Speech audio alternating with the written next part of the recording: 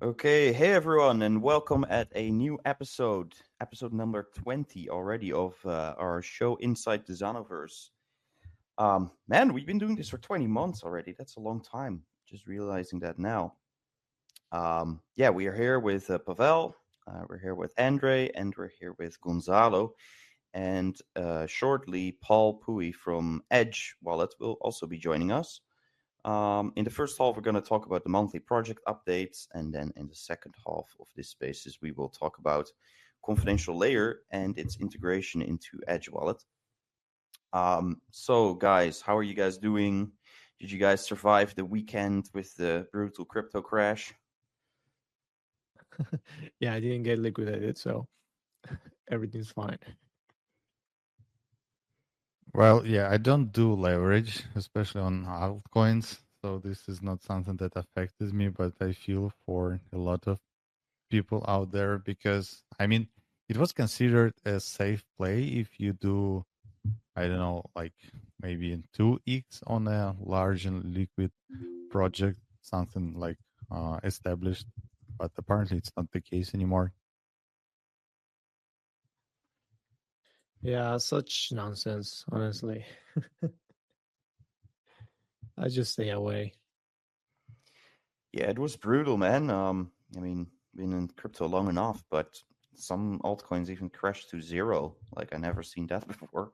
So yeah, But if you that's were an trading API leverage, issue, wasn't it? It's not like they crashed to zero. It's just the way exchanges handled that I'm poorly, not I sure. would say. I thought I read somewhere that someone's buy orders actually got hit at a very low level. Yeah, but that's because of market makers. They stopped providing the liquidity because their algorithms were misled by an API or it was unavailable. It's not like it was like out of coins suddenly. It's just the way they reacted, I think. Totally organic. Yeah, Well, yes, but that's true. No one trades billions daily over the exchanges. I know exchanges want to see the volume and people expect it to be there, but like you got to realize it's not organic, none of it. yeah. Well, it was brutal. I feel for the people that lost something this weekend. Anyway, Zano was not doing too bad, so that's good news at least. Yeah, I was Um, always against the futures on Zana, and this is why. This is how you get wrecked. yeah, I'm so happy that we don't have any future trading for Zano. And I'd love to keep But it that they way. can launch it without asking you. Like exchange could start I the know. futures, and someday that might happen to us. And like I dread that moment. Yeah, but we need like a lot more liquidity for that, right? I guess I don't know what's Well, the requirements, and if I ever learn what the requirement, I will make sure we're not gonna get it. Well, let's hope. well, anyway, let's get into today's agenda. Let's see. Yeah, we always open with a community member of the month, and this month it's Gionex. As one of the most active members of our Discord, he's currently the top non-staff participant on the leaderboard. So basically, we have a leaderboard on both the Telegram and the Discord, and you can climb in the ranking based on how frequently you're around the chat, and you can get certain rewards for that. And Gionex is basically the most active member on Discord, always around.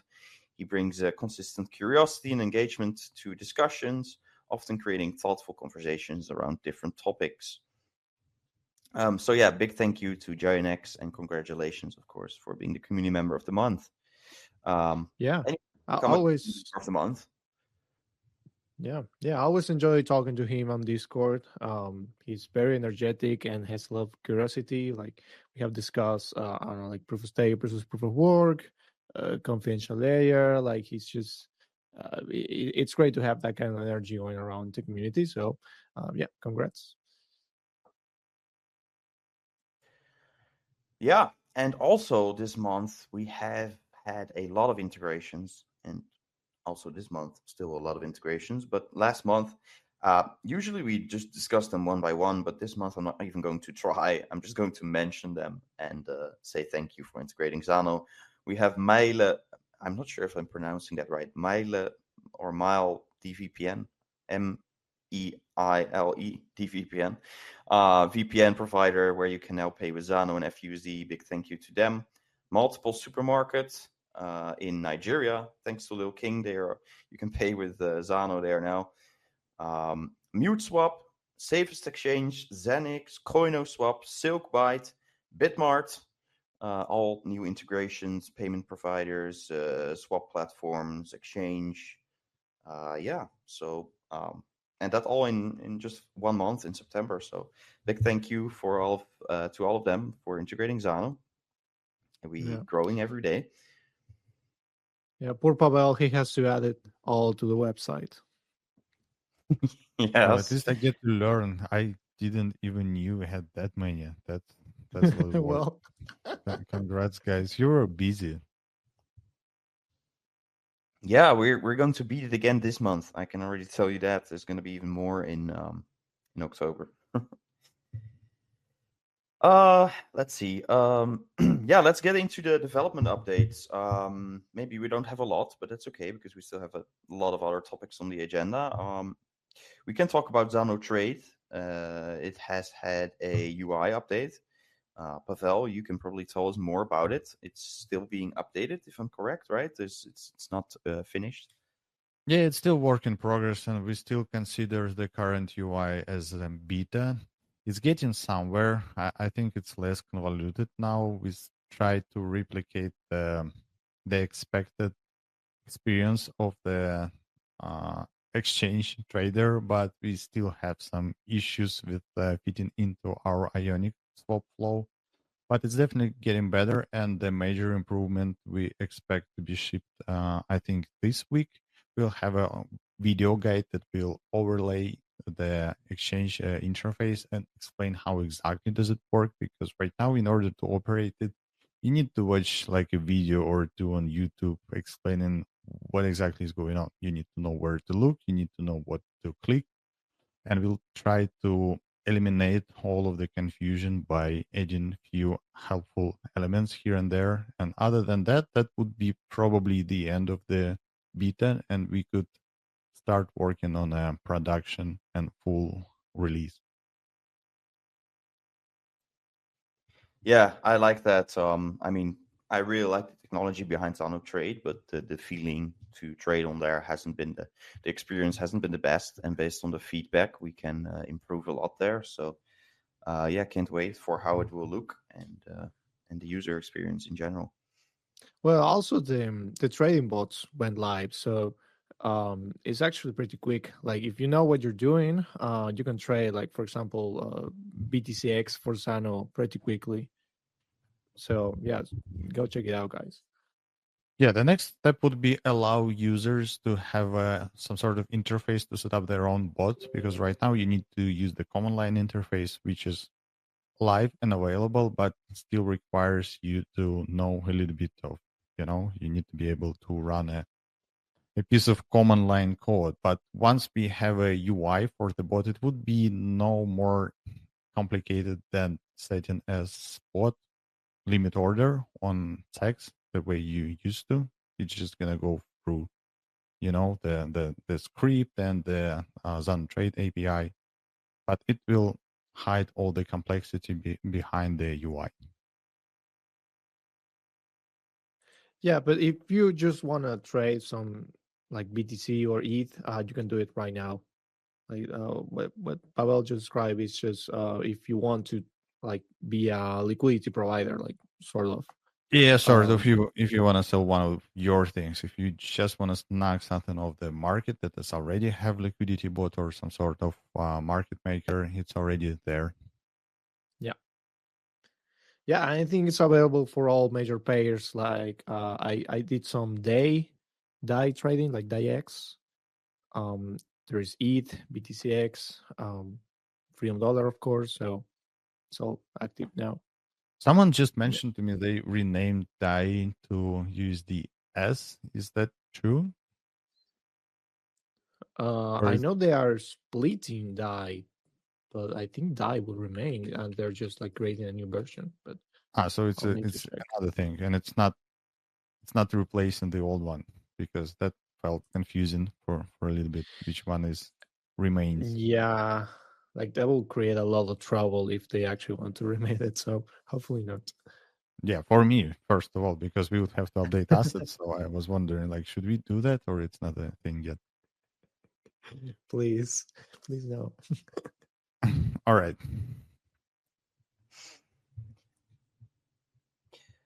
All right. Enough about Zano trade. Let's talk a little bit about Zano on-chain voting because it's gonna be released very soon, right? Maybe people didn't expect it, but later this Well, week we'll drop a small teaser, and a little bit later again, people will be able to vote on the first on proposal on chain. well, that is correct. Do you want me to add something or this is it? Because that's pretty much what If it you is. can, Yeah, I was yes. I going mean, to say there's not that, not much to talk about, but I was going to say that technically it's already live and it's already casting votes. This is just our internal testing, but like if you scan the blockchain, you could see that some blocks with votes are being submitted. We'll just roll out the entire experience and maybe some helpful guides for community to explain how are they going to be participate. Maybe we could say what's going to be the first topic, or if that's too soon, I'm not gonna rush into no, it. totally. Let's hear it. Yeah, because one of the most requested things were to whitelist by default some of the important ecosystem projects tokens like Freedom Dollar or Frap Bitcoin or Ethereum, and we don't want to be a gatekeepers here. Like as a team, we don't want to decide what's going to be whitelisted. So the first thing, the agenda for on-chain voting would be the default whitelisting for those tokens.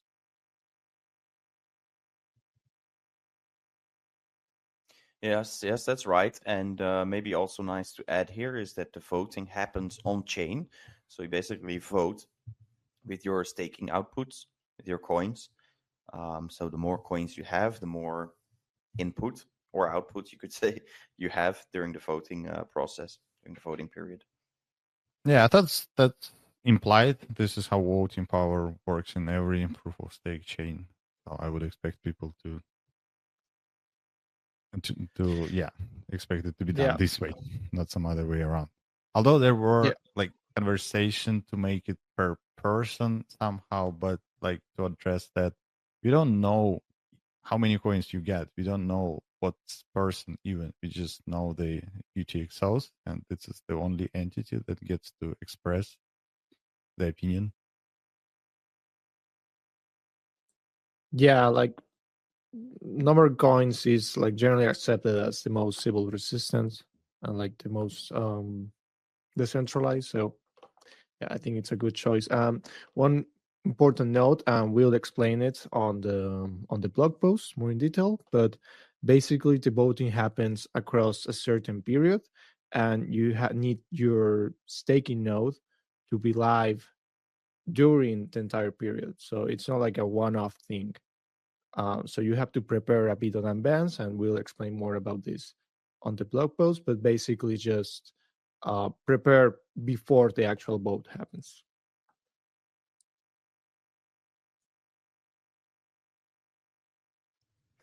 Exactly. And yeah, it's coming soon. Just one more week probably, and then you guys will hear it all in the blog post, how it works, how you can participate, all of that good stuff.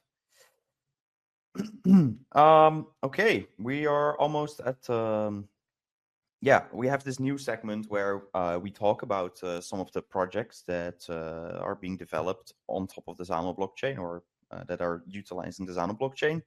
So just a few quick updates, and then I see Paul is already here, so then I'll introduce Paul on the stage. We have a quick update from Confidential Layer. Their new social fi campaign round 2 has just started, I believe, last Friday this week.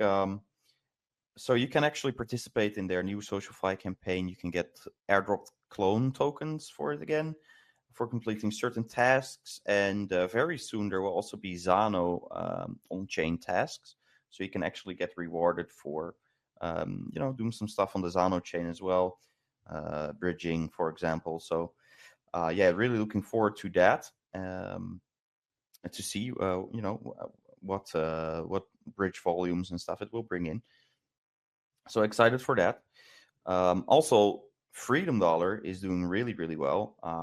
To my surprise, when I actually looked up the Freedom Dollar website last weekend, I saw that already 5.4 million US dollars, Freedom Dollars, have been minted so far.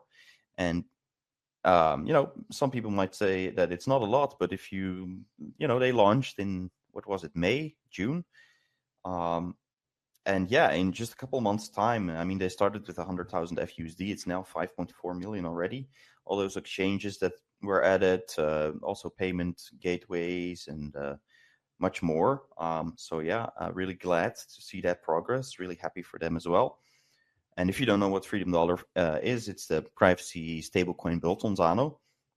It is over collateralized in Zano coins. And then also Aaron Day released something really cool earlier last month, which is freedomforge.io. You can visit it right now. I think it's, people should talk more about it because it's a really cool website. It's basically a website that will help you with some convenient tools to start using and learning about Zano. Like an overview of the dApps that are on Zano, the threats and solutions. So basically, for every problem in the world, it's like a problem solution kind of a thing, right? So for every issue, they suggest a solution. They also plan to add funding for it at some point, I believe. Maybe we will be involved with that. I'm not sure how we will work it out, but there's more as well. There's guides, there's workshops, collaboration opportunities, and much more. So go to freedomforge.io. You can check it out. A huge shout out to Aaron Day, who put all of this together and has been a huge contributor to the Zano ecosystem, of course. Okay, now the good part, guys. Paul, can you hear us? How's it going? Doing well. Thanks for having me. Loud and clear. Nice. Cool. How have you been, man? It's been a few weeks since we talked, I think. Yeah, no, definitely a lot of exciting stuff going on in our industry, both the roller coaster that is cryptocurrency, of course, and then, of course, all the development in the privacy ecosystem. Obviously, that's why I'm here. Excited to hear the updates on Zano, confidential layer, bridgeless, and whatnot, and share what we've been up to and what kind of drives our mission and whatnot. But no, this is one exciting industry that we've been in for sure. And I love that we are focused on one. I call it a niche of the cryptocurrency industry with privacy, and I'm hoping to make it a much larger portion of what people care about in crypto. But you guys are helping make that happen because now we've gotten a lot of great feedback on the ability to make Bitcoin private. That actually is a big nugget, even to the Bitcoin maxis. It becomes harder for them to argue against the value of other blockchains when you say, hey, we have a private solution for BTC. Absolutely. And it's good that you actually touch base on the fact that privacy coins have been getting more attention recently. We didn't even mention that during today's episode yet. Not Zano for now, sadly, but most of the privacy coins have been gaining a lot of attention. And it's good to see, man. If it's good, it's not just good for the few privacy coins that are doing well. Eventually, it's good for the whole space, and it sheds some more light on all of the privacy cryptocurrencies. And of course, it's, in my opinion, the most important topic in crypto. So, and it's very undervalued as well, in my opinion. So, glad to see it. Zano and Edge are at the forefront of all of that happening. So, yeah. And man, you guys with a confidential layer, you guys have been very quick. To be honest, with how fast you integrated, BTCX and is it just BTCX or also ETHX? Can you give us a quick rundown on, how the integration looks like, what you can, what currencies you can swap into their private wrapped versions on the Zano blockchain, and also how easy that process is, because to my understanding, you guys made that process even more seamless than it is by doing it through the confidential layer bridge. Is that correct? Yeah, our goal is always to make these make any steps that are what I would call not necessary for the end user. Just hide them and make them invisible. And so I think we did a pretty good job. Like right now, bridging from Bitcoin to BTCX just feels like a normal swap inside Edge. You say how much you want to bridge in Bitcoin. You specify the destination, which could be Bitcoin to ETH or Bitcoin to BTCX. It gets you a quote, and then once you slide to confirm, off the Bitcoin goes, and then a few confirmations later, BTCX shows up on the Zano blockchain, and then vice versa. And so we made that easy on two folds. Number one, we took what would normally be a multi-step process and was able to fold it into one step. So I think, and once again, I have not actually used the bridgeless interface outside of Edge. We did have people on our team that did so to give us an idea of what it would take and what the experience was like. And using the kind of more native interface, it's a two-step process. One is to send your Bitcoin, and then another is to poke the blockchain after the Bitcoin has achieved, I think it's 6 confirmations.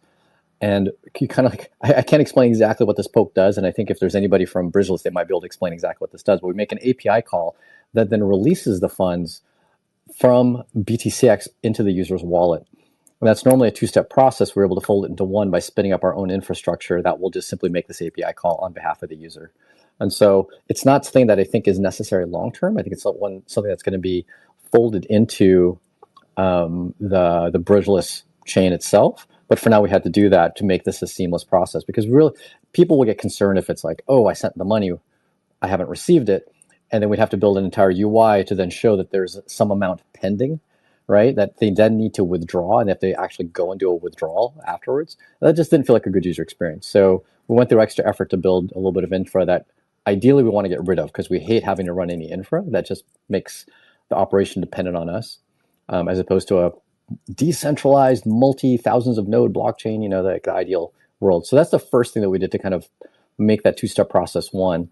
And the second thing is something we had integrated with Zano months ago before we launched the integration with Bridgeless, which is auto detection of tokens. So we whitelist a handful of tokens on the Zano blockchain.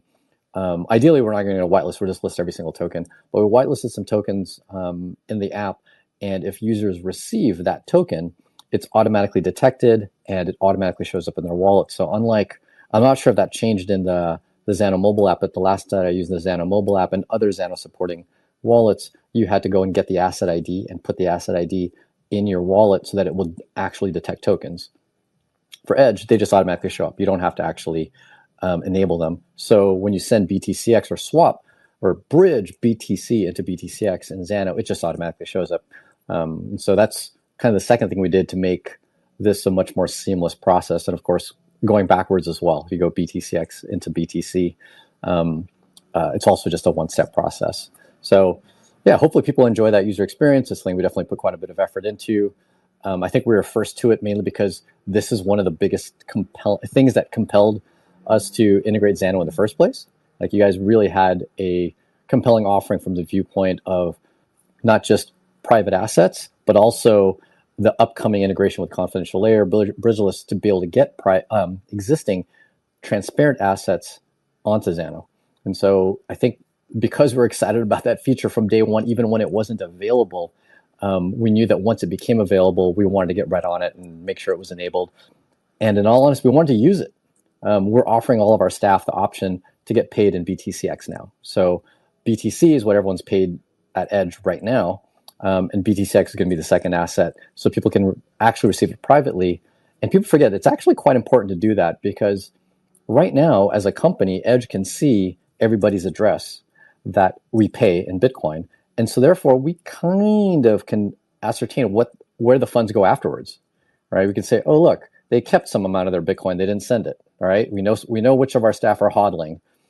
If it gets sent, maybe they sent some of it, we can kind of guess a change address. All the whole blockchain analytics. With BTCX, we have no idea, right? It just goes and boom, we can't see anything. Now, they might just turn that right back into Bitcoin to be able to sell some of it, but we won't be able to tell, and neither will anyone else that either works for the company or might see the addresses that we send funds to. So I think it's actually a very important step in actually using crypto for payments. And so it's huge. Excited about it. We're excited about it because we want to use it, and we also want to make sure it's easy to use.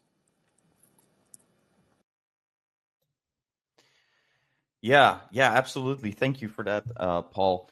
And also, I think people, like what you said earlier on, during what you said is, I think people really underestimate how big this is, not only for Zano, but also for example, people that love Ethereum or people that love Bitcoin, because Zano can now, be some kind of, layer 2 to make your Bitcoin private, right? Even if you don't like the concept of what Zano is doing, you could still use Zano for the fact that you would like to have your Bitcoin private, or your Ethereum private. So I think once the word gets out more, and of course, Confidential Layers SocialFi campaign round 2 just started, so they're making big efforts to get the word out again. But once that's out, I think it could really gain some traction. So yeah, and it's good that Edge already has it integrated, because like you said, with all the other features that you have, it's a super user-friendly wallet to use. So yeah. And something that I wonder, is it just that you can, because if you use the bridge interface, you can then say, hey, I have this Bitcoin and I want to bridge it to BTCX on Zano. But can you also, for example, say, hey, I have this Ethereum or any other asset that you guys support, and say, I want to like bridge, or even swap swap and bridge that into BTCX, so that on the back end it basically converts the ETH to BTC for you, and then swaps it. Sorry, I should use the terminology right. Bridges it to BTCX, or is it just that you need to have Bitcoin to get BTCX? I'm super glad you answered that question, and I have to go into tiny bit of technical details, and kind of throw a task back at the bridgeless confidential layer team, because we're a little bit blocked on them to support anything other than BTC to BTCX and BTCX back to BTC. We initially intended to fully support Ethereum and go from ETH to ETHX, but after learning how the bridgeless bridge works, we found out that does not enable us to do the operation in a single transaction. And you'd mentioned that we have done a good job of making things simple and easy. Well, we want to keep the things that we support as simple and easy, and not add features that are more complicated to the user. And so one of the challenges with ETH is that Ethereum, or bridging ETH into ETHX, requires 2 actual blockchain transactions, not just 2 steps, but 2 blockchain transactions. One is you have to send an Ethereum transaction. That part's easy. We're obviously capable of doing that. But then you have to wait for some number of confirmations. And then I believe it's a Zano transaction that then needs to be made. I could be wrong about whether it's a Zano transaction or a second Ethereum transaction. But the point is, that has to be made, and it cannot be made back to back. It has to be made after some number of confirmations. And so fundamentally, that 2-step process is what we absolutely avoid in all of our integrations. We never want the user to have to be in front of Edge to do something, leave Edge and wait some amount of time, and then come back to finish it. That's what's actually prevented us from integrating some DEXs and other bridges in the past. And other DeFi protocols is that 2-step process is a pain, and it creates confusion relative to the UI that we're trying to build. To my understanding, that's not inherently necessary, but it does require a change to the bridgeless protocol. And it's one that I've pushed for, and they said, yes, we'll get that on a roadmap. It's just that, we're early stages. We're just trying to get something out there. Maybe Paul can kind of comment on that, with more detail than I'm able to. But once we can do a single transaction, to be able to do the bridge both ways, then we'll happily do ETH to ETHX and ETHX back to ETH. You also talked about whether you can do like ETH to BTCX. So that's actually going beyond the bridging interface. And to the best of my understanding, with conversations with the confidential layer bridgeless team, that starts to use the liquidity that needs to be provided in confidential layer, where you're not just bridging a token, because bridging is just taking ETH and locking it up on the ETH blockchain in a smart contract and then minting ETHX. Right? There's no liquidity necessary there. It's just simply locking and minting, and then on the opposite direction, you're burning ETHX and unlocking ETH. So no liquidity necessary. As soon as you try to convert, right, Bitcoin to ETH, now you're talking decentralized exchange like an AMM, and there need to be people that are providing liquidity. And until there's enough liquidity, it's not that interesting to provide the swaps yet. So for now, what's likely a better solution for users, and unfortunately it is a two-step process, is for them to swap and then bridge. So if you had ETH and you want to get it into BTCX, swap your ETH for Bitcoin and then your Bitcoin for BTCX. Obviously, we want to tie those two together as quickly as possible, not making a multi-step process. But liquidity is pretty key, and so we don't want to integrate something that's going to give people a really big loss as soon as they try to do a swap any decent amount. But it's all in the roadmap. We'd love to get it in there, and just waiting on both liquidity and some technology to tie it all together. A quick follow-up. That's actually spot on, and we had a conversation with the Bridgeless team. It already could be done through the backend call, and they will support the infrastructure to run the EVM commands as well, so we could make it into one-step process. The original idea why it was done that way, it was like an iteration on a previously built EVM bridge, and they had that philosophy pulled on push, and it was supposed to be offloaded to the user, the climbing process, because user get to pay fees, and it's not like on the bridge, and like gas spikes would not affect the process. So it was designed like this originally after the EVM bridge, but we could certainly make it work as a one-step solution, and it's already been worked on. Yeah, that's awesome to hear. That's what I heard, and so we're happy to get ETHX live and any other assets that are lock and mint, DAI, as I think was being talked about. That is one thing that I think our ecosystem desperately needs, is an actual decentralized stablecoin that we can send privately. I know there's talks of FUSD. I'm a bigger fan of smart contracts that are pegging, as opposed to an entity pegging the price of a dollar-based stablecoin.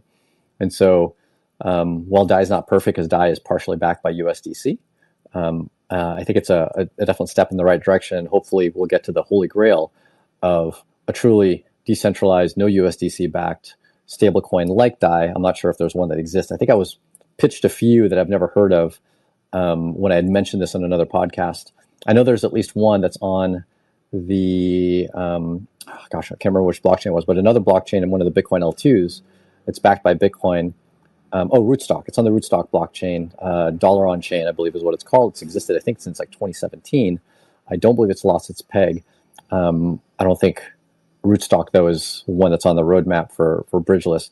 But getting a DOC coin bridged over into Zano, for me, would be one of the holy grails, like an actual decentralized smart contract, algorithmic stable coin that I can now send fully private on Zano. So that would be a great future if we can get that live sooner than later.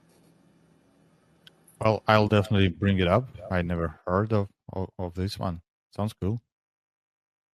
Yeah, and I'm sure there's a few other options. And with a bridge, once you have the ability to do things without liquidity, because that's a bridge. Bridge doesn't need any liquidity. I would like to think that it's pretty easy to say, sure, we'll add this token, we'll add that token. And especially if it's an EVM, if you already have the support for, say, Ethereum and its tokens, it shouldn't be that much harder to get other tokens on other EVM chains, is my guess, right? I'm not a developer that writes this type of protocol level code, but I'm guessing that's hopefully much more copy paste than anything, although it does require, I think, the validators of the bridge to then actually watch these other blockchains. That's probably the hardest part, is they have more work to do as a validator on the bridge than if it was just one or two chains. It's pretty straightforward. I mean, all you need an RPC link and some config data, like decimals, addresses, but the integration won't take a lot of time. Okay, you call it, Paul. Let's make it live. When live? Let's do it. Well, I'll bring it up on the next call with the Bridgeless team. I think they are doing the upgrade right now they are bringing a few new chains. There's a Solana going live, Dawn chain, and Bitcoin Cash. So Oh, awesome. Yeah, this is hot something that chains for happens sure. like that happens right now, and after that, I think there is enough time to look into new chains and new project, and especially if it's an EVM and nothing super complicated, it Yeah. shouldn't be a big deal. Shouldn't be too bad. I think the last time I was on a podcast, there was talk of reducing the minimum bridge amount. I don't know if that went live yet. They said it was days away. And that was maybe like a week ago. I think it's $20 now. It is now. Like as of right now, it's actually $20. Okay, well, we're going to squeeze this into our next release because it's like one line of code that we have to change to reduce the minimum. As of right now, it's down because of the upgrade, but it should be back up in like an hour or so. But after of course, remain yeah, I don't think we won't have a release until like early next week, so it gives us just enough time to squeeze that change in to reduce the minimum. And at least for Bitcoin, what I know, it was not actually like $500. It was, I think, 0.001 Bitcoin or something like that. Is that the actual amount? I don't really remember, but the culprit is Zano, really, because the transaction on Zano was kind of expensive, 10 cents or something. So since Breach only takes 0.1% fee, it's a net negative loss any transaction below a certain amount. I think they will be raising their default fee to something like maybe 30 basis points, and that will allow them to lower the limits. Oh, I see. Okay, so the fee has to go up in order to be able to absorb. Any talk of there being a dynamic fee for smaller amounts, such that the smaller amounts can go through at a higher fee and the larger amounts go through at a lower fee? You mean Zano specifically? Because it's a flat fee on Zano.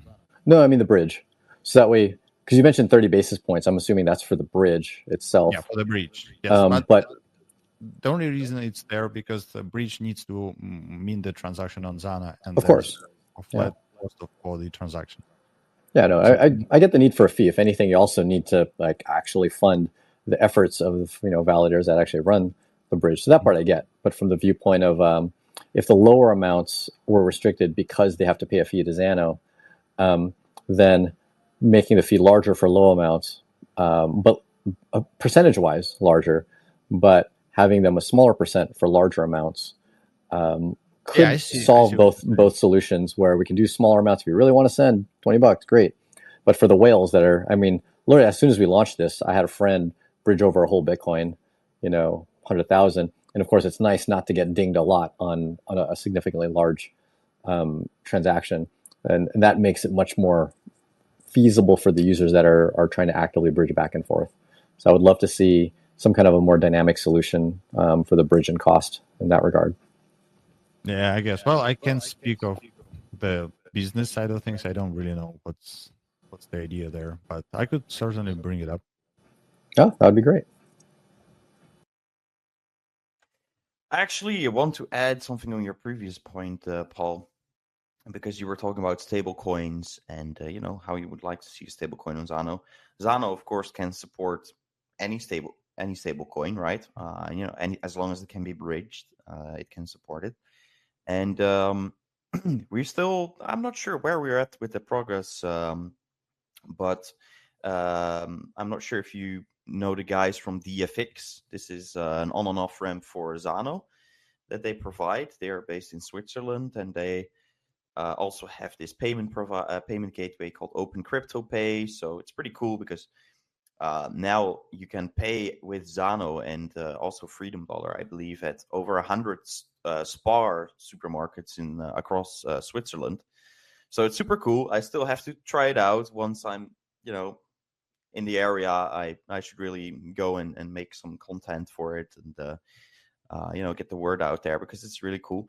But they also have the Euro, which is a stable coin that is cross-chain, I believe, on EVM blockchains mostly. Ethereum, AVAX, and a bunch more. I'm not quite sure. But we're also thinking of bringing that the Euro to Zano now via a bridge. And that would be really cool because the Euro is not only a stable coin that is, stable to the Euro, but it also offers borrowing and lending. and that happens via smart contracts on EVM. But they want to build it in a way that as soon as that you can still access it via Zano, basically, so that you have this wrapped D-Euro on Zano. That is, of course, then a confidential asset, so completely private, and that you can still access the borrowing and lending interface. And then once you, for example, say, hey, I want to, lock this, then basically on the back end, it just, bridges the euro back to whatever EVM network they use.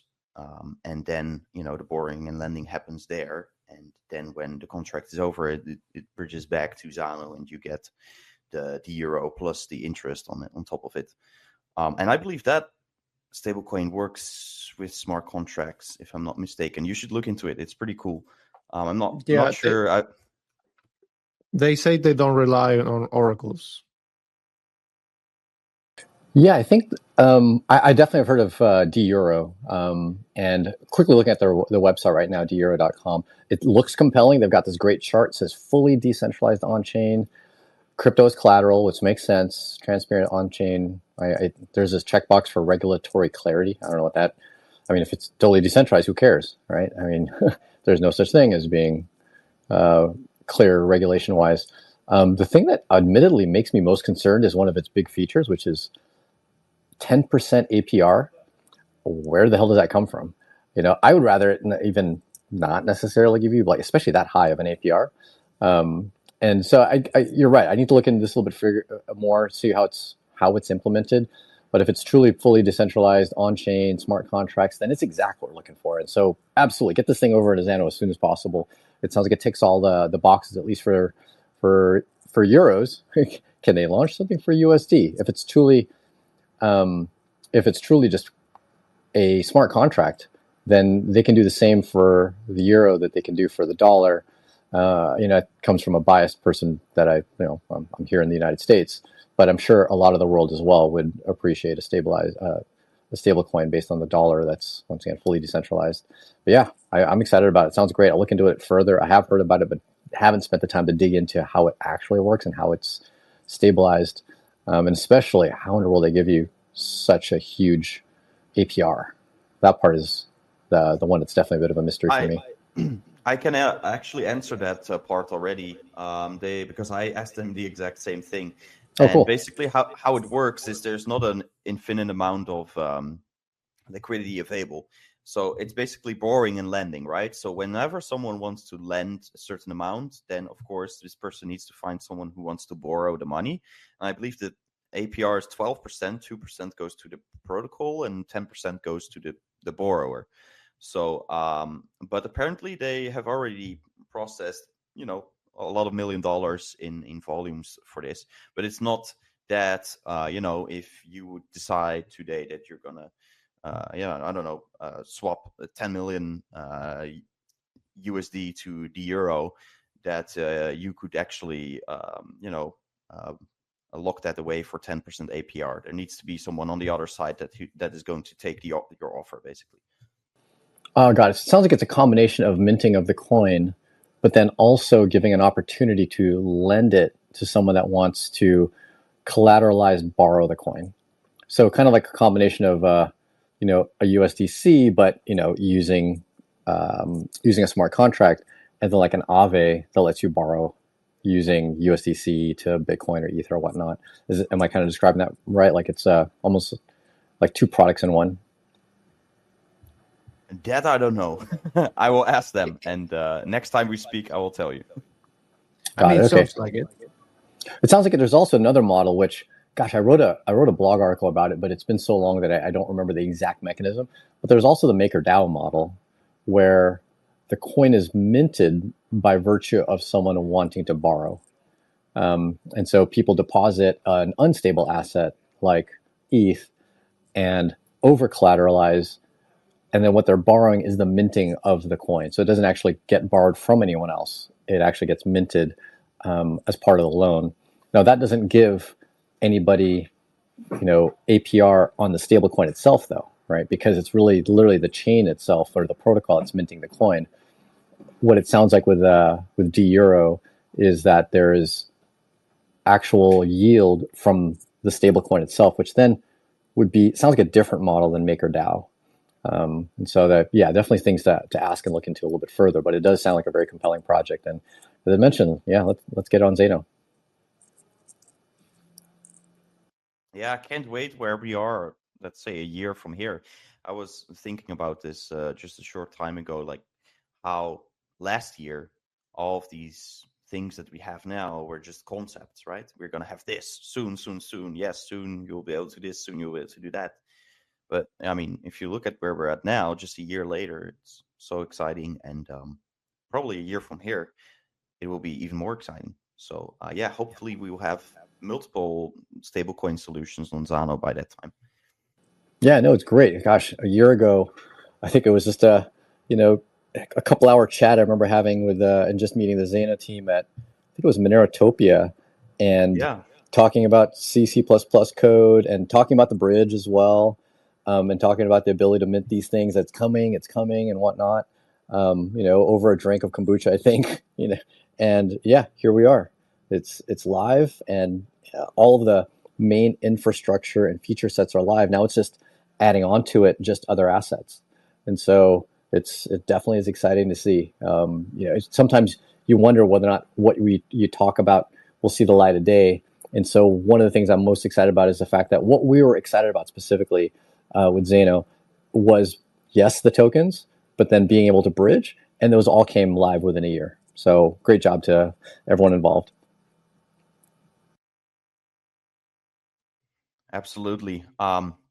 Will you be at Monerotopia this year? I shouldn't say this year. I should say early next year. Yes, we're actually a premier sponsor of Monerotopia coming out next year. So we'll be a stage sponsor. We'll have a big presence. We're big fans of obviously the privacy ecosystem, and that's one of the few.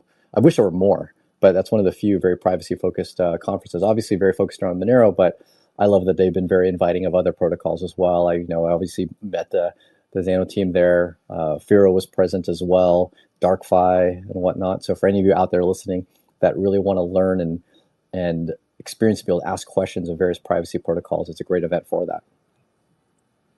Absolutely. Douglas is the host, for the people that don't know, the organizer, and he's always been very welcoming to any privacy coin, including Zano. And also, it's been great to see the progress from there, because 2 years ago we were kind of the new kid on the block, and people were not really that interested. And then last year, it was when we really made an impact and a difference. And people are actually very interested and excited about the project. So I'm curious to see how it will be this year. We will also be there once again with hopefully the majority of our team. So look forward to seeing you there again, Paul, and have another drink. Yeah, no, it's going to be great. Probably the only, ironically, with this recent price action, probably the one project that I haven't seen there is Zcash. And I've been moderately close. But, it's hard. It's been tough convincing them to show up, because I'm like, hey, you guys have people that'll be interested at least in the tech that you guys have been talking about. Let's talk about ZK snarks. But haven't been able to get them out. Maybe it was just me, but you lagged a little bit at the first part of what you were saying. Yeah. Well. I think I got a call at the same time, and so I had to kind of kill the spam call. But I was mentioning that the one project I haven't seen over at either MoneroCon, Monerotopia, whatnot, is Zcash. And I know there's definitely a lot of people that are interested in that tech. Obviously, there's haters, but it's one that I would love to see some presence. And so that way people can actually ask all the questions that they may have of that protocol, especially with its recent price bump. I'm sure a lot of people are curious. What are they doing over there? What's compelling about this project? Why does it have a price bump? But I'm glad to hear that Doug's at least welcome to many other projects in the privacy space. Hopefully that one sends a rep this year. Yeah, Douglas has tried to reach him out a few times. Yeah, I have too. I'm in a shared Signal group with a lot of the core devs at ECC, and can't quite convince them to make it out there. So who knows? Maybe this next year we'll change things, because I think it's worthwhile for all the projects to come together and learn from each other. It's hard to blame them though. They have they're getting so much hate from the Monero community. That's ridiculous. Yeah, they do. And I think one of the best ways to eliminate that hate is to show up. and actually answer the questions. There's no better way to do that, not just kind of hide in a closet. So for any of the Zcash fans listening out there, show up, answer the questions, have transparency, take the hard questions. And so hiding and not quite answering isn't really going to solve that problem. Right. I mean, I'm sure you guys get slack and flack from like the Monero community as well. There's no shortage of that either, but you guys show up. And I think that speaks, miles and miles better than what other projects they want to shy away. So yeah, hopefully they do. It's probably would be a good idea if we have a conference that is neutral. So it's not centric around one project, but just a general privacy focused conference. I think this would be so great idea. Actually, the one that is probably closest to that, which I was also happy to see Zano participating in, was ETHNAM. And I don't believe there was I'm trying to look back. Does anyone recall if there was a Zcash presence there? I don't believe there was one. And so hopefully next year, right? It's rebranding. It's no longer going to be ETHNAM, so you won't have the ETH naming in it, but it will for sure be focused on privacy. I know Eleanor has really championed privacy on all respects, not just on chain, but also just privacy tech as well. So hopefully that's where everyone can come together and it feels a bit more neutral. Cool. Was it going to be legal to have a conference like this in Europe because they are kind of banning all the privacy crypto? You said the keyword was just kinda, right? Kinda, but what exactly?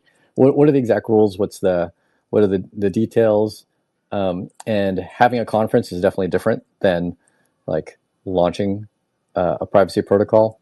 Now, granted, I don't know that it's like there. I haven't read anything specifically saying that launching the protocol itself, launching the coin is quote unquote illegal. But you're right. In Europe in general, it has been the least welcoming of privacy protocols, but without very hard specific rules around it. I know that they're going to make it tough for exchanges. So that I get, centralized custodial services offering privacy coins for, trading and buying and selling.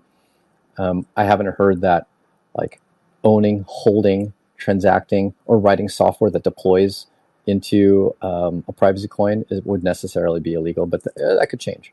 You're right. It's not inviting, but I don't know that it's inherently illegal. Yeah, that's a really tricky part because we saw Alex Perzev on this conference as them.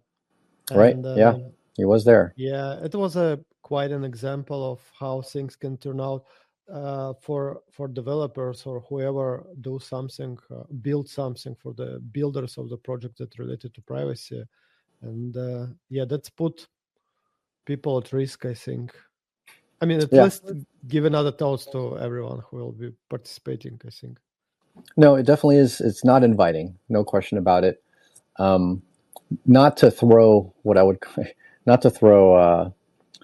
Tornado Cash under the bus, but ironically, where I think projects like Monero and Zano are a bit more shielded from the kind of lawsuit that Tornado Cash kind of got inflicted upon them is the fact that Tornado Cash was a very optional privacy layered on top of a very transparent chain, kind of like mixers, and mixers on top of Bitcoin have been heavily targeted, as opposed to a chain specifically for privacy transactions, and where it's baked in, it's default, it's what you get no matter what. As long as you're using that chain, you're getting the privacy.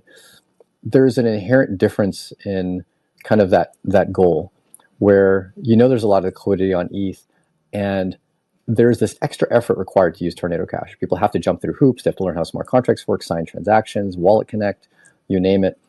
And they're making an explicit effort to take their coins that are transparent, put them into a privacy pool, and then bring them out to be able to transact.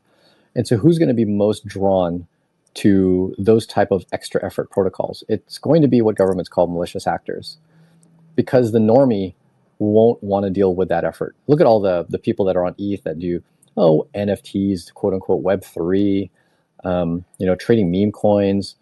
They're not likely to be the users that are going to go through extra effort to go through Tornado Cash.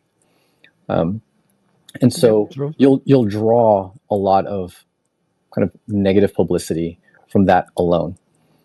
You build a chain that is by default private, then everybody gets it regardless of their general intent and purpose. Hey, I'm just going to transact. I want to go buy something with Monero. I want to be able to pay people with BTCX. And Zano especially has actually given itself an additional shield. Because you can't tell when a transaction on Zano is Zano or BTCX or ETHX, you are now flooded in the pool of what a government would call just legitimate use case versus whoever is what they would deem as malicious. So, like, we'll be paying people in BTCX. Those are just transactions on the Zano blockchain, right? You're going to have some malicious actors, sure, but they're all folded and they become a smaller percentage of the user base and the transaction and the volume of a protocol versus the people that go there specifically because they have a bunch of money to hide, and they'll go through that extra effort. So people keep thinking, hey, make it easy so that the average person can use it. That's important. No, make it not just that, but make it easy so that you have more of the average person on there. That makes the protocol harder to attack on a regulatory level because you have just regular people using it, right? And they can't say, hey, this is used by drug dealers and the mafia and terrorist organizations. That's an important piece, and people forget that. And that is, even though that's not like illegal versus legal, there's this impression, and I hate to say it, laws are vague. They're vague on purpose so they can go after who they want. But the way they go after the people they want is by creating a narrative. And if you break that narrative, it inhibits governments from being able to come after the builders. And that's a key piece. That's where we're playing our part, is we're trying to break that narrative. We want just normies using all these privacy protocols. The people that may not even know that they're using a privacy protocol, they're just transacting, right? And you do that, we flood it. In a way, you want to 51% attack the chain, 51% attack it with normies, right? That way, the 49% or lower of whatever is deemed a malicious actor becomes a much smaller portion, and the government is much more hesitant to attack all of the normal users of a protocol.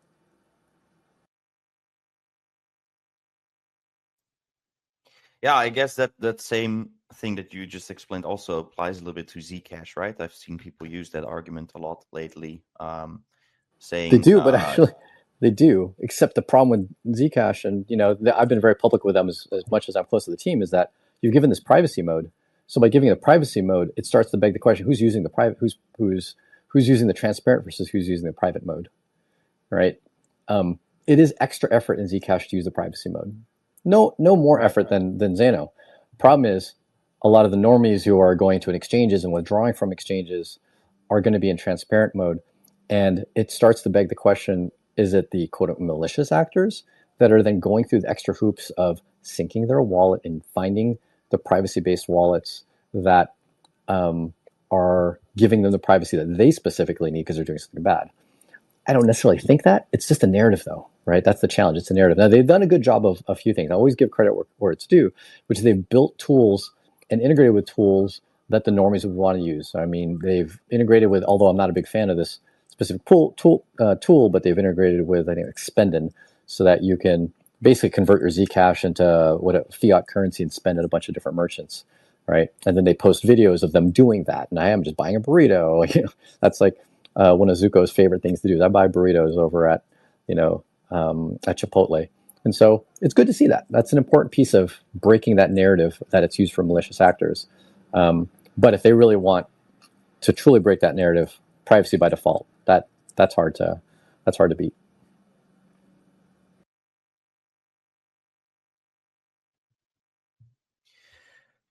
Anyone that wants to add something here before we move to the community questions, if there are any?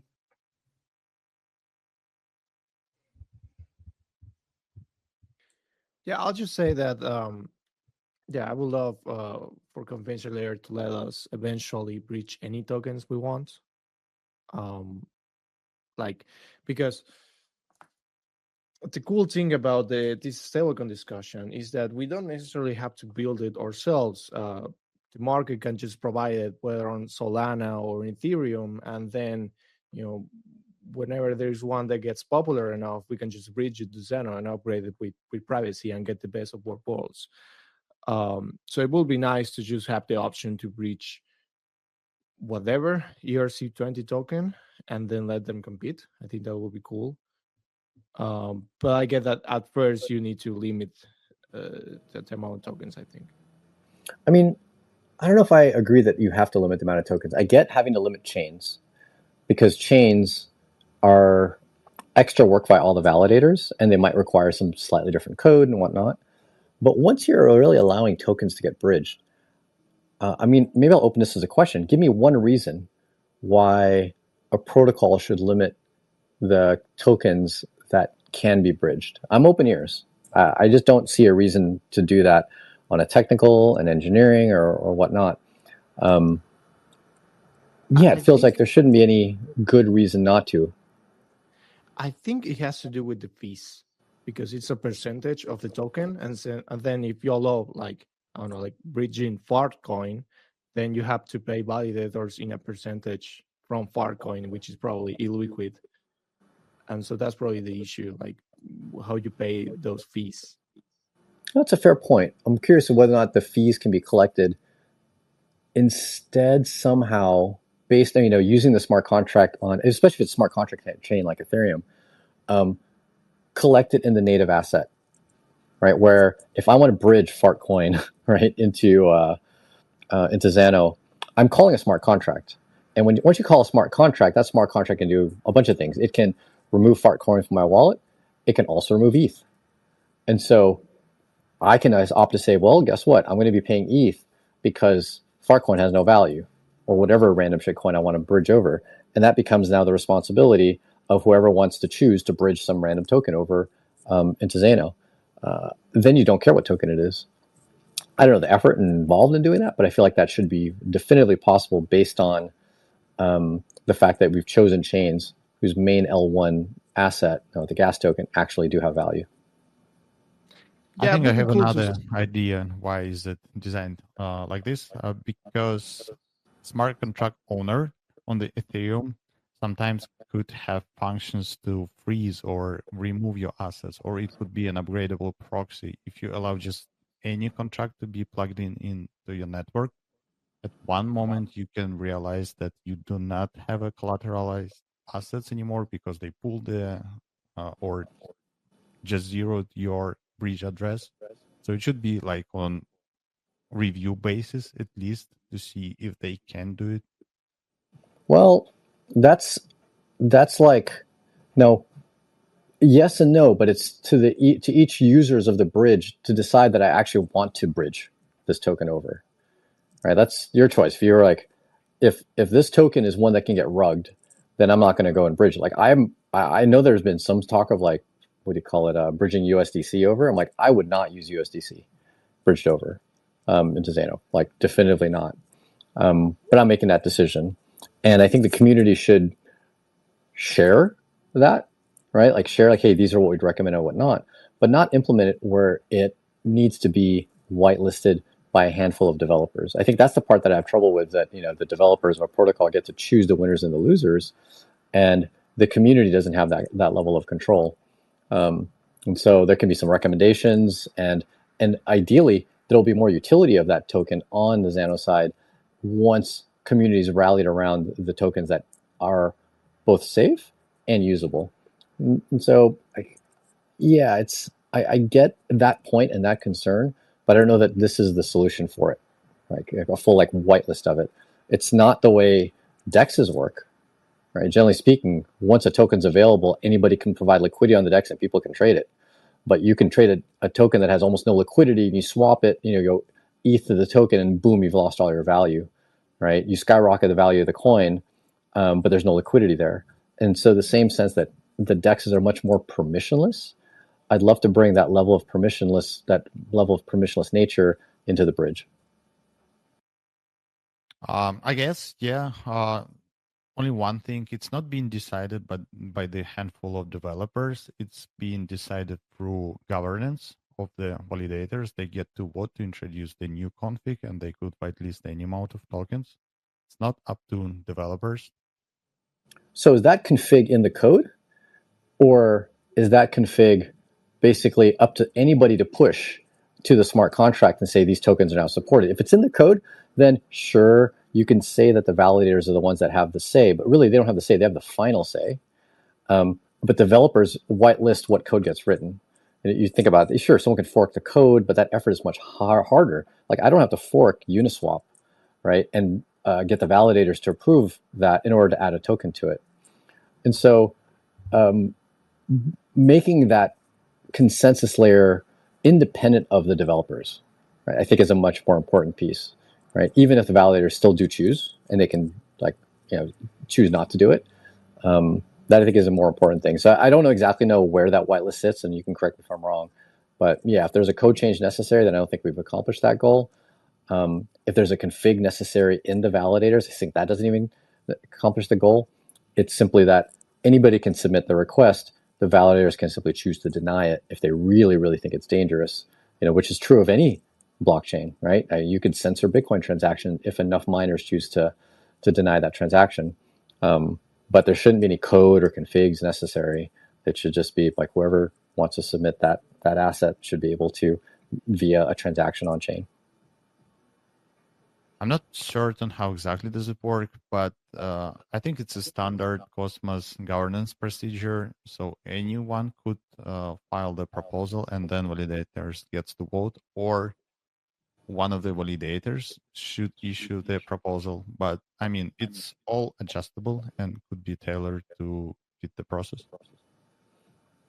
Okay, cool. Well, I mean, I'm not going to be writing any code, and for adding tokens. It's just outside of my scope. But I definitely invite people to really try to open the floodgates and get more tokens bridgeable, and with that, we'll happily support them. Yeah, me neither. I don't really have a strong opinion. I'm just trying to think of what's the reason behind that design. Yeah, that's fair. Maybe hopefully we can get more direct answers from the team building the protocol, because maybe they brought up something that I haven't thought of. Like that's why I opened it as a question versus like a hard statement. Because I'd love to hear. And you brought up a valid one with the fart coin, and it doesn't have any value. I'm like, that's actually good. I didn't think about that. But there's what I can deem as a solution to it. So hopefully we can expand on that solution.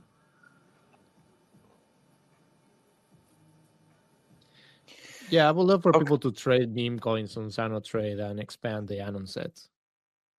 I mean, yeah, as much as I'm not a huge fan of meme coins, you bring up a good point. It's expanding the Anon set. The more tokens there are, the less you know what token's getting transacted. And that was actually a really pleasant surprise I got. I didn't realize that until we started working on this integration. And so great job on being forward thinking with specific token support that was on Zano. It's not just that. It's also transaction fees that are getting burned. So I don't care. People could trade whatever. That's fair. Exactly. You have to fund the chain one way or another. So if people want to send and trade meme coins, it's up to them. They're welcome to.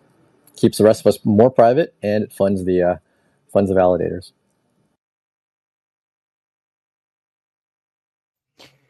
All right, guys. We've been on for an hour and 15. If anyone has questions for Paul or for us, please drop them in the Zano Telegram channel, the Matrix chat, or Discord even. You can also request to become a speaker if you want. Then we'll take on some questions, and then we'll wrap it up. Aaron, I see Aaron is here. Aaron, if you're available, I just want to invite you really quick on the stage to give you a moment that you can quickly promote freedomforge.io, because I gave a quick introduction at the start of this space about Freedom Forge, but I'd like to hear from you what you have to say on it, because I really like the idea of it. Where can I invite you?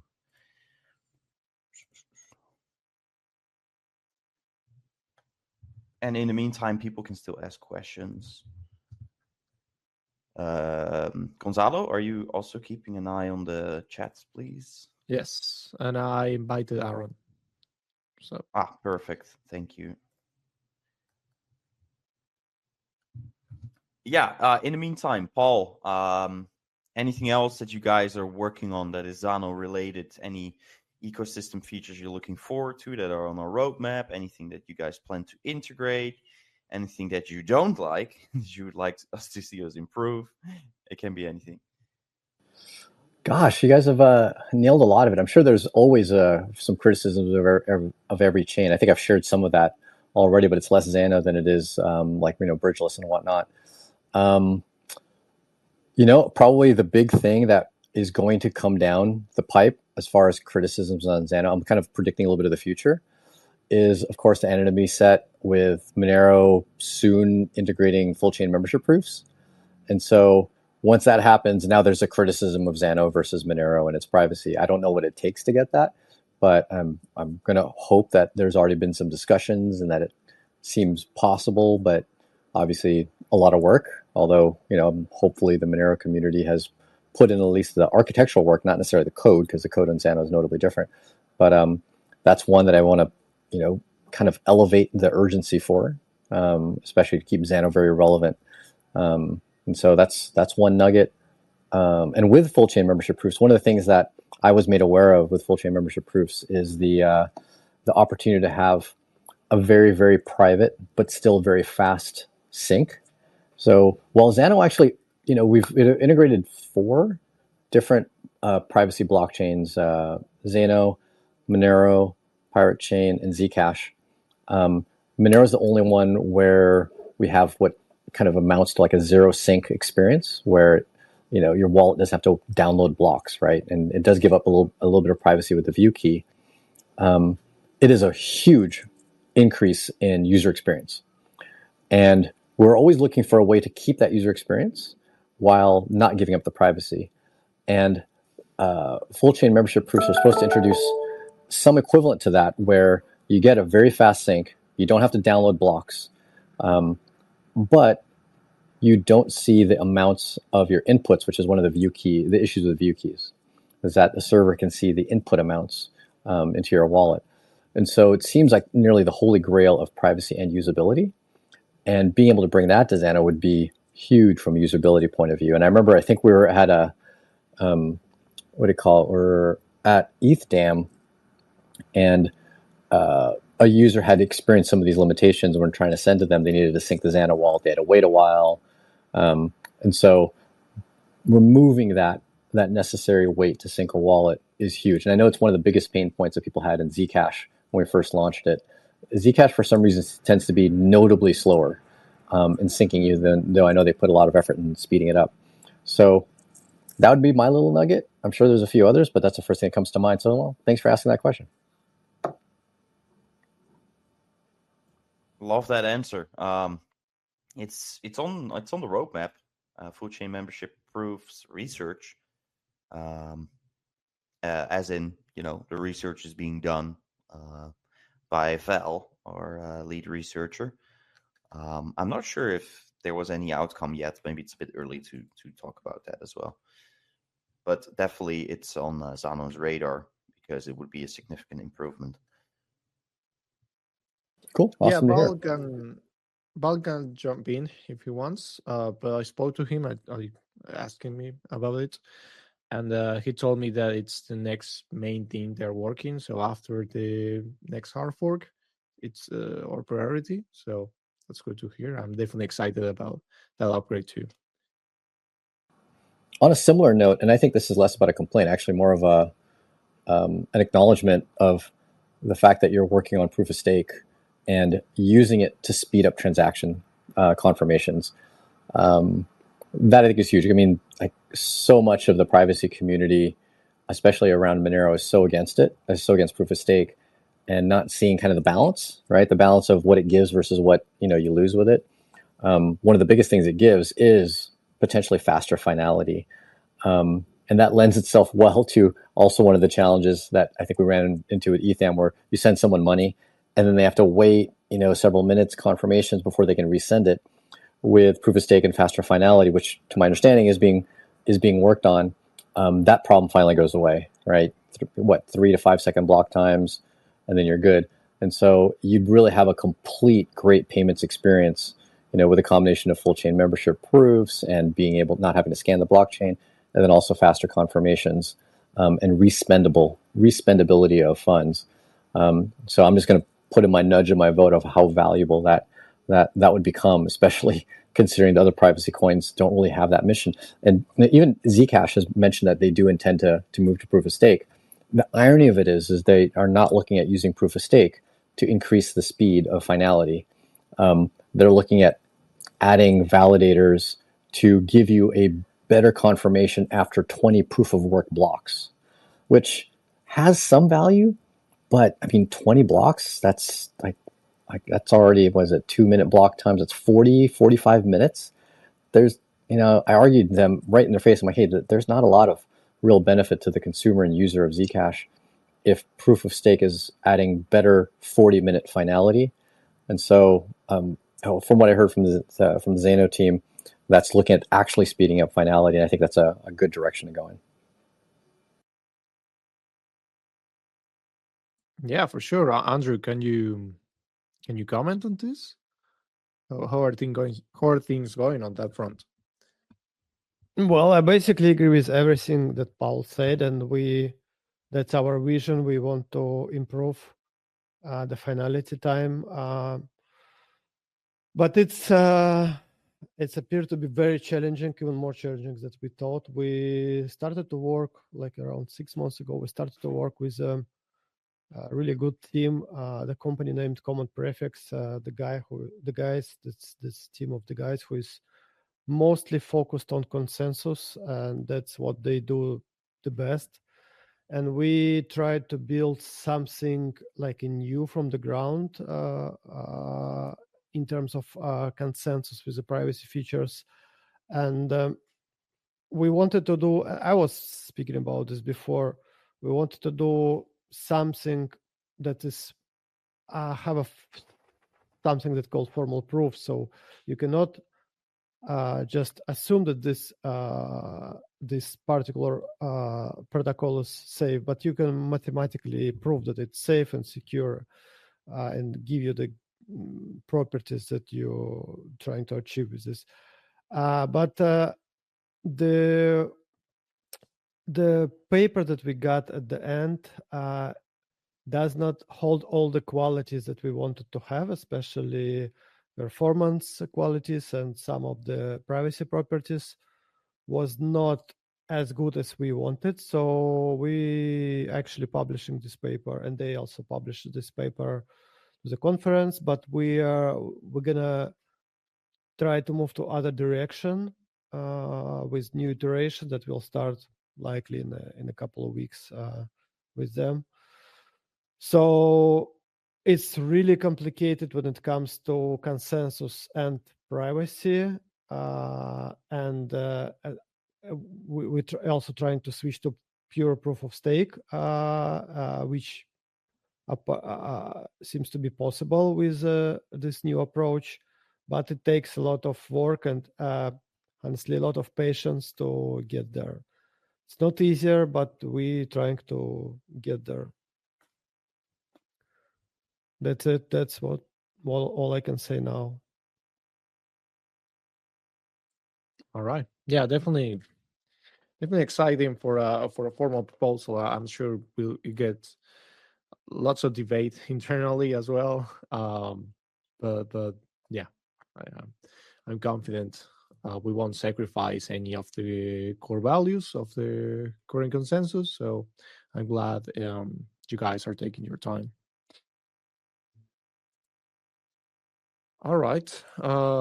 Okay, I'm checking our channels. I don't believe we have questions unless someone wants to jump in. Zanons are shy. Yes, I'm here. They never ask any questions, man. They don't want to expose their voice. They're trying to stay private. No, it's all right. We've been talking for an hour and a half anyway. So and I found it a very interesting conversation. So I don't think Aaron is available either. So yeah. Well, thanks everyone. I do have to bounce up for another meeting, so we'll definitely look forward to the next chat that we've got. In the meantime, enjoy the rest of the spaces, and thanks everyone for listening in. All right. All right. Cheers, everyone. Paul. Have a good day. Bye-bye. Cheers. Bye-bye. What was it you wanted to say, Gonzalo? No, it's just that I think we touch in every main topic anyway. So if someone Yeah, had exactly. questions, it's probably answered.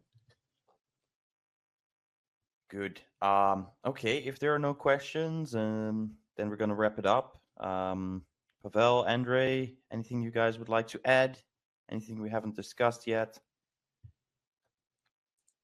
I think we're I don't- good. Yeah, I don't think so. We covered the agenda. Well, there's always something going on, but let's save some for the next space.